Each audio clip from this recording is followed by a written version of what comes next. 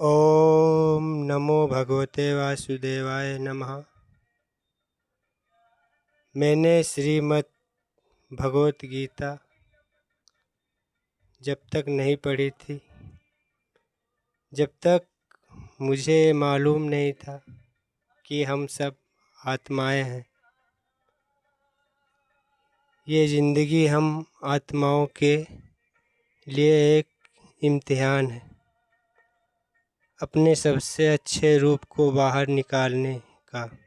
और भगवत गीता इस इम्तिहान को पास करने की एक अहम किताब।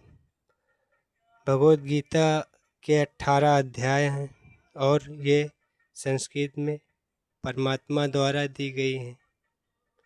समय समय के साथ संस्कृत भाषा रोज़मर्रा की ज़िंदगी से निकल गई और ये ज्ञान मनुष्य से दूर हो गया।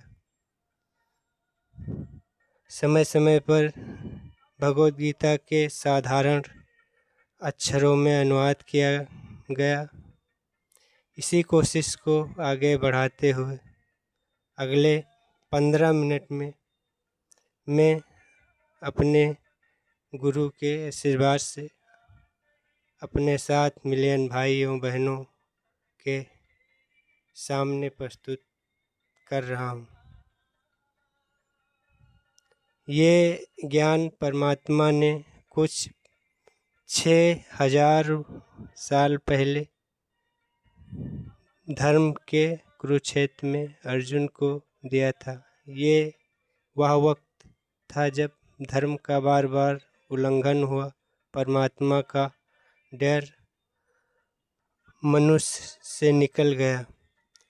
लालच के होड़ में भाई ने भाई को मारने की कोशिश की और यही नहीं, भरी सभा में एक बेहता औरत को अपमानित किया गया। इससे पहले मनुष्य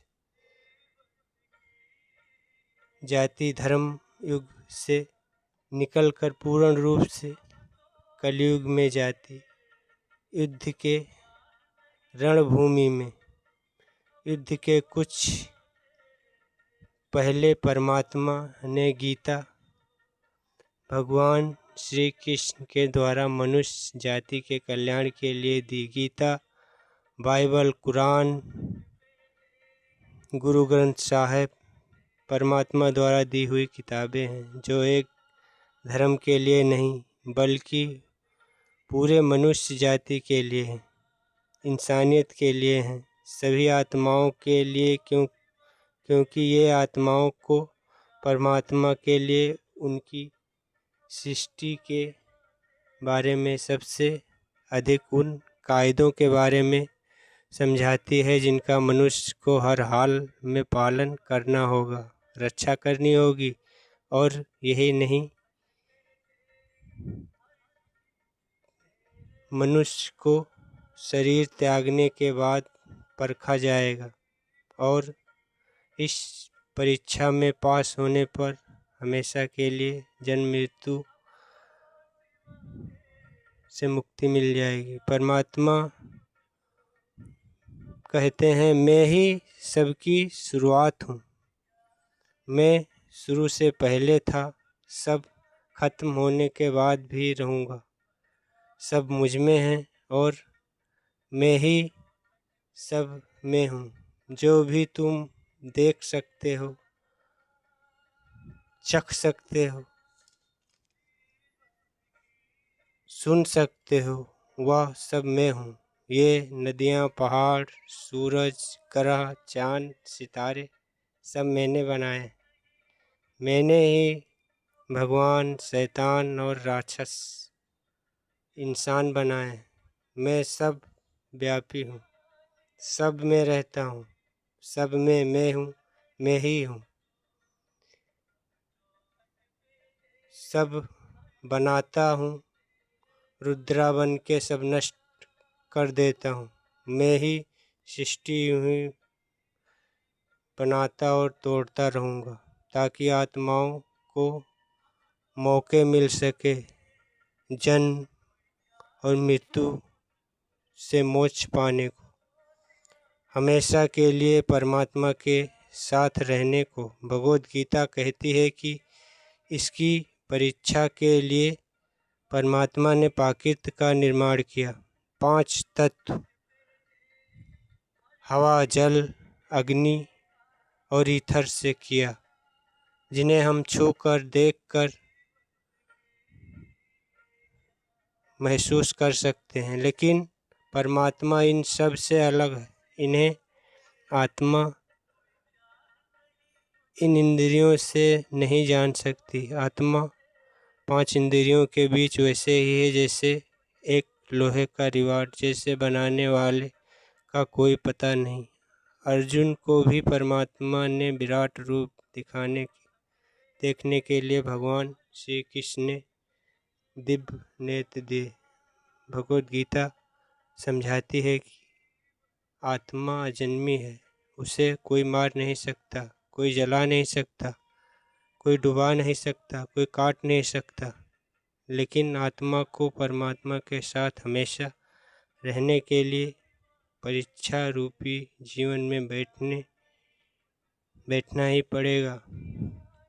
परीक्षा के लिए परमात्मा से बिछड़ कर आत्मा को पृथ्वी पर किसी न किसी रूप में जन्म लेना पड़ता है और 84 लाख योनियों को झेलने के बाद एक आत्मा को मनुष्य शरीर, दिमाग मिलता है।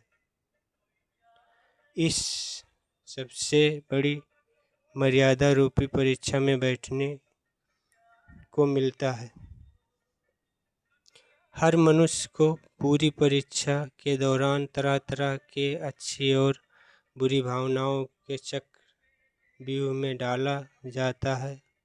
अपने ही भाई बहनों और मित्रों के बीच डाला जाता है, जिसमें हर आत्मा अपने अंदर के तामसिक और राजसिक गुणों से निकल कर सात्विक जीवन में प्रवेश करने का मौके मिलते हैं। हमारे तामसिक गुण वो हैं जो हमारे अंदर हीन भावनाओं को पैदा करके हमें खुद उदास और नुकसान पहुंचाते हैं, और हमारे राजसिक गुण वो हैं जो हमें लोभी और ईर्ष्यालु बनाते हैं, जो दूसरों के प्रति नुकसान पहुंचा सकते हैं। परीक्षा के दौरान हर आत्मा तामसिक और राजसिक गुणों को कम करके अपने सात्विक गुणों में से परिचित होना पड़ेगा।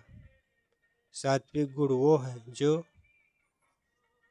आत्मा को अपने आसपास चीज़ों से प्यार करना सिखाती है। परीक्षा के दौरान आत्मा को जीवन के 4 स्तंभ धर्म, अर्थ, काम, मोक्ष का ज्ञान पाकर ही मुक्ति मिलेगी। ये वो स्तंभ हैं जिन्हें समझकर आत्मा मुक्ति प्राप्त कर सकती है। पहला द्वार धर्म का है। शेर इसका प्रतीक है। धर्म वही है जो गीता में लिखा है, जो बाइबल, पुराण, गुरु साहिब में लिखा है, जो धारण किए हुए हो, जिसे आपका दिल मानता है, जैसे चोरी नहीं करना, झूठ नहीं बोलना, भगवान का अनादर नहीं करना, दूसरों को नुकसान नहीं पहुंचाना।